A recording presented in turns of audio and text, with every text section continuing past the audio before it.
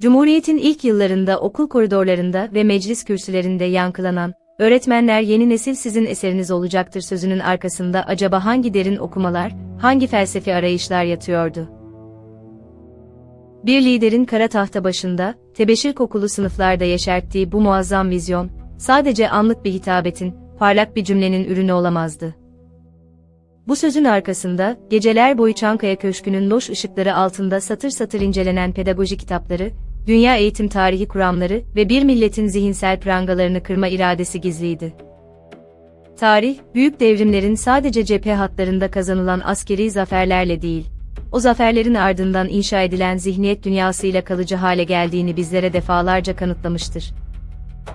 İşte bu yüzden, o sararmış sayfa kenarlarına kurşun kalemle düşülen o sessiz şerhler, modern bir ülkenin eğitim mimarisinin en gizemli ve en hayati ipuçlarını barındırıyordu.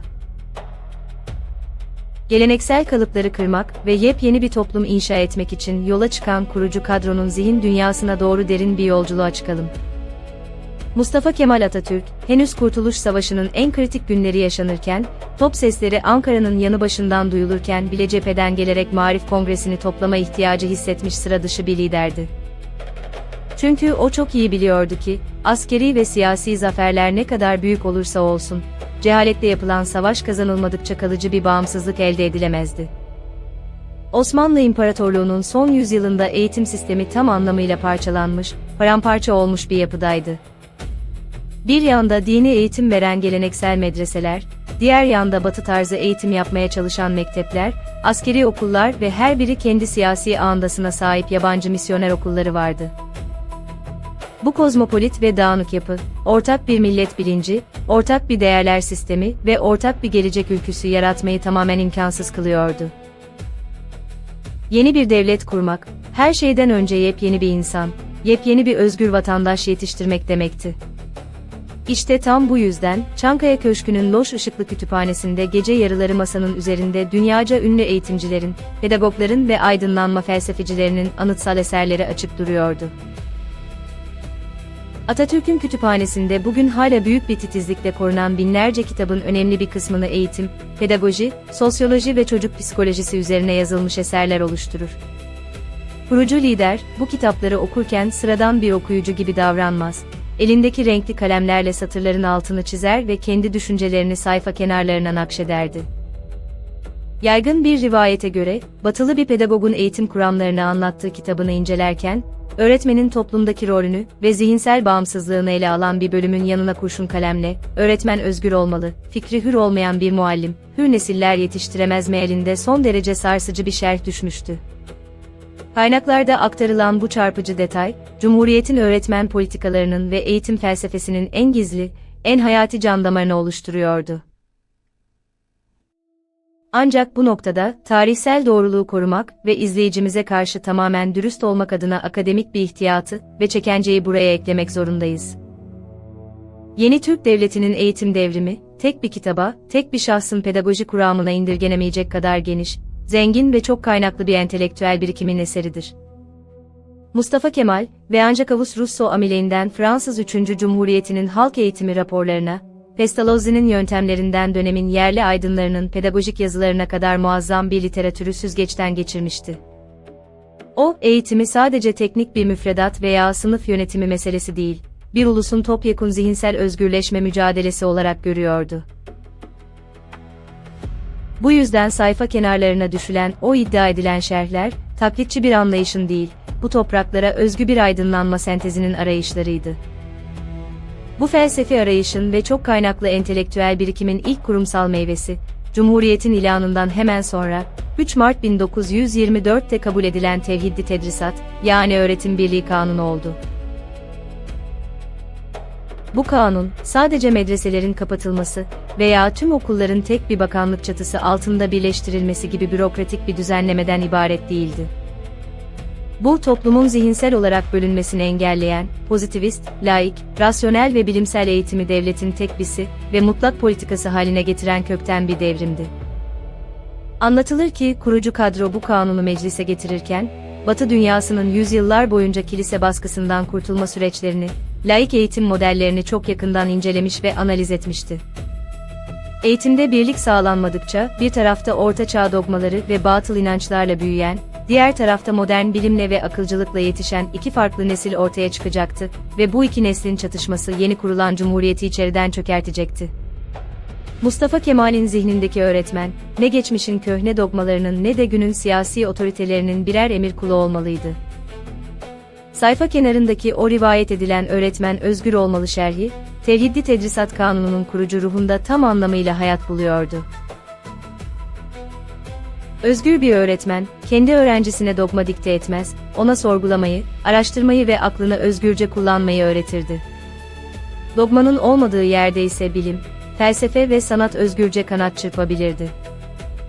İşte tam bu noktada Cumhuriyet'in eğitim hamlesinin en güçlü, en sarsıcı anına, yani teorinin dünya çapında bir pratikle buluştuğu o muazzam dönüm noktasına tanıklık ediyoruz.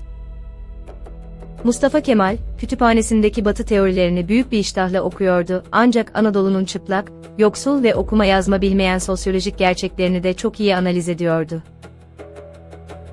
Bu yüzden, kağıt üzerindeki fikirleri bu toprakların gerçekleriyle test etmek amacıyla, 1924 yılının hemen yazında, dünyaca ünlü Amerikalı eğitim filozofu John Dewey'i bizzat Türkiye'ye davet etti.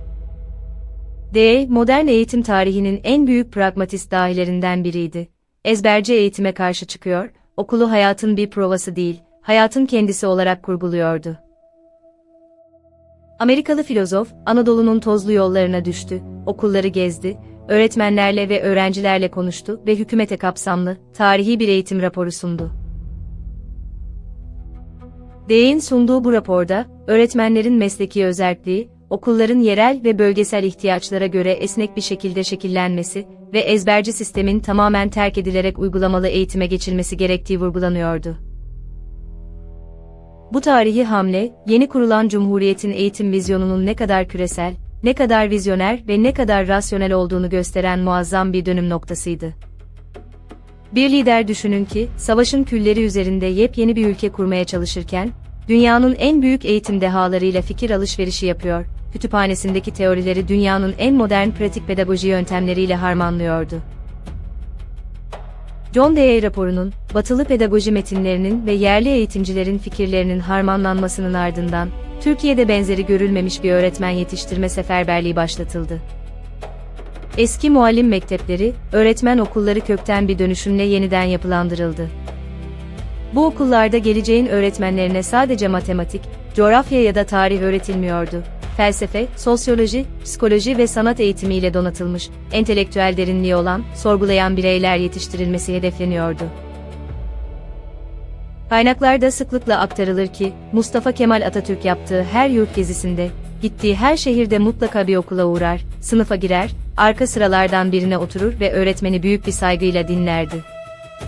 Muallimlerin sınıftaki mutlak otoritesine, onların özgürce ders anlatmasına ve pedagojik özerkliğine çok büyük bir hassasiyet gösterirdi. O öğretmeni devletin sıradan bir memuru, bir emir kulu olarak değil, devrimin, aydınlanmanın ve cehalete karşı açılan savaşın öncü süvarisi olarak konumlandırıyordu. Fikri hür, irfanı hür, vicdanı hür nesiller yetiştirmek, ancak ve ancak kendi fikri, irfanı ve vicdanı hür olan, hiçbir baskı altında kalmadan özgürce düşünebilen öğretmenlerin eliyle mümkündü. İlerleyen yıllarda köy enstitülerine kadar uzanacak olan o muazzam ve özgün eğitim modelinin ilk harçları, işte bu öğretmen yetiştirme politikalarıyla, o sararmış pedagoji sayfalarının kenarına düşülen sarsılmaz vizyonla döşeniyordu. Halkı uykusundan uyandırmak, köylüyü memleketin efendisi yapmak, ancak köye giden o özgür ruhlu, idealist muallimlerin meşalesiyle gerçekleşebilirdi. Bu muazzam eğitim seferberliği içinde öğretmenlerin ekonomik ve toplumsal statüsünü yükseltmekte en büyük önceliklerden biri haline geldi. Atatürk, bir toplumun öğretmenine verdiği değer kadar yükselebileceğini çok iyi biliyordu. Kaynaklarda anlatılır ki, vekil maaşlarının ne kadar olması gerektiği tartışılırken, öğretmen maaşlarının asla geçilmemesi yönünde tavizsiz bir duruş sergilemişti. Bu duruş, pedagoji kitaplarındaki teorik saygının, devlet yönetimindeki en somut, en pratik yansımasıydı. Öğretmen, geçim kaygısı taşımadan, hiçbir odağın baskısı altında ezilmeden, sadece ve sadece bilimin, aklın ve hakikatin sesini öğrencilerine aktarabilmeliydi. Sınıfın kapısı kapandığında, öğretmen orada mutlak bir özgürlükle vicdanının ve bilgisinin rehberliğinde hareket etmeliydi.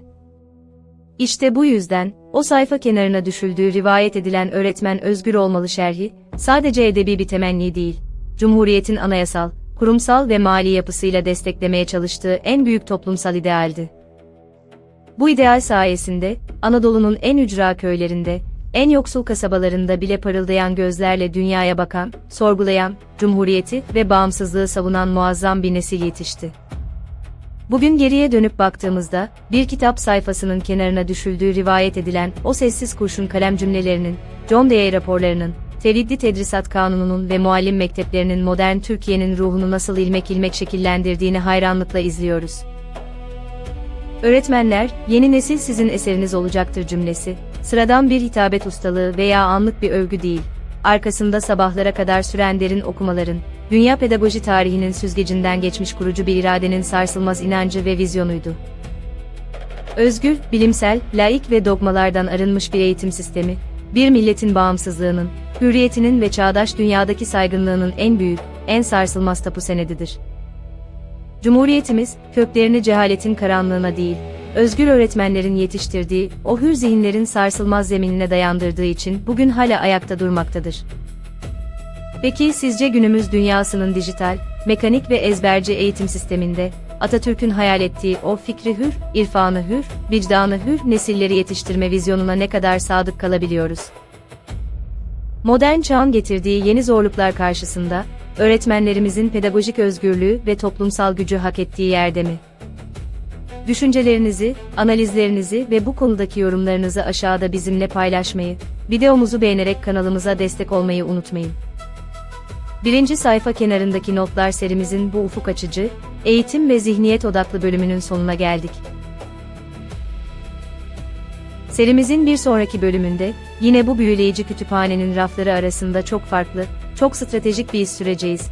Bu kez iktisat tarihinin anıtsal ve kurucu metni olan Adam Smith'in Ulusların Zenginliği eserine, yeni kurulan Cumhuriyet'in ekonomi, karma model ve devletçilik politikaları şekillenirken, Ankara'dan nasıl bakıldığına, o devasa iktisadi sayfaların kenarına hangi kritik şerhlerin ve düşüncelerin düştüğüne odaklanacağız. Bir sonraki bölümde, tarihin az bilinen o iktisadi, felsefi ve siyasi satır aralarında yeniden buluşmak üzere, merakla kalın, hoşça kalın.